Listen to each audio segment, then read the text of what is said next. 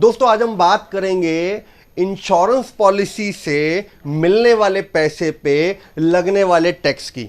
जैसा कि आपको मालूम है, इस बजट में बोला गया है कि यदि 5 लाख सालाना से ऊपर का प्रीमियम होगा तो उससे मिलने वाली जो मैच्योरिटी है, यानी जब वो पैसा वापस आएगा तो उस पर टैक्स लगेगा। अब क्लॉज में ये लिखा गया है कि वो पैसा इनकम फ्रॉम अदर सोर्सेस में, यानी आपकी इनकम में मोटा मोटी ऐड कर दिया जाएगा। यानी आप अगर 30% टैक्स ब्रैकेट में आते हैं और उस वक्त आपको 1 करोड़ के लगभग मिलता है, तो 1 करोड़ का 30% यानी सीधे सीधे 30 लाख का टैक्स। अगर आप क्लॉज को ध्यान से पढ़ो, उसमें बड़ा क्लियरली लिखा है कि अगर आपने प्रीमियम देते वक्त इनकम टैक्स का रिबेट क्लेम किया है एटीसी वाला, तो वो पैसा जब वापस मिलेगा तो उसमें से डिडक्ट नहीं किया जाएगा। यानी ऐसा जो प्रावधान है, अभी डिटेल्ड क्लैरिफिकेशन तो बाद में आएगा, लेकिन जो बजट पेपर बोलता है वो ये बोलता है कि यदि आपने टैक्स रिबेट क्लेम की है तो मैच्योरिटी के वक्त वो टैक्स रिबेट वाला पैसा उसमें से डिडक्ट नहीं किया जाएगा। पूरी मैच्योरिटी टैक्सेबल है और आपके इनकम टैक्स के रेट के हिसाब से इनकम फ्रॉम अदर सोर्सेस में जाएगा।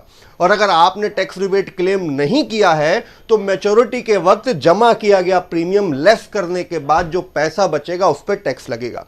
अभी आप एक बात समझिए, मान लीजिए आप 5 लाख रुपए सालाना का प्रीमियम दे रहे हैं और अगले 20 साल में आपने 1 करोड़ रुपया दे दिया।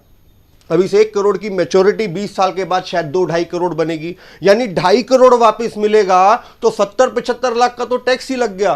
तो आप यदि एक इन्वेस्टर हैं और अगले 6-8 महीने में कोई बीमा पॉलिसी लेने की सोच रहे हैं तो कोशिश कीजिए उसे 31 मार्च 2023 से पहले ले लीजिए, क्योंकि ये वाला नियम अगले साल से होने वाली पॉलिसी पे लागू हो सकता है आप साल 2 साल के बाद कोई पॉलिसी का प्लान कर रहे हो। यदि 1-2 साल पहले पॉलिसी लेके मार्च 2023 में पॉलिसी लेके मैं 50 लाख 75 लाख जैसी बड़ी टैक्स की रकम को बचा सकता हूं तो यह सौदा बुरा नहीं है। आप चाहे तो क्वार्टरली या मंथली मोड में भी पॉलिसी ले सकते हैं, बाद में मोड चेंज हो जाता है। माने कुछ भी करके यदि 31 मार्च से पहले आपने अभी ये पॉलिसी ले ली, बड़ी पॉलिसी की बात कर रहे हैं जिसका प्रीमियम 5 लाख सालाना से ज्यादा है, और अपना इनकम का लेवल देखिए कि आपको कितनी बड़ी मैच्योरिटी की जरूरत है। यानी ऐसा मान लीजिए कि जिस व्यक्ति को अपने बच्चे की शादी, पढ़ाई या अपनी रिटायरमेंट के लिए 1 करोड़ से ऊपर की रकम चाहिए अगले 15 साल, 20 साल, 25 साल में,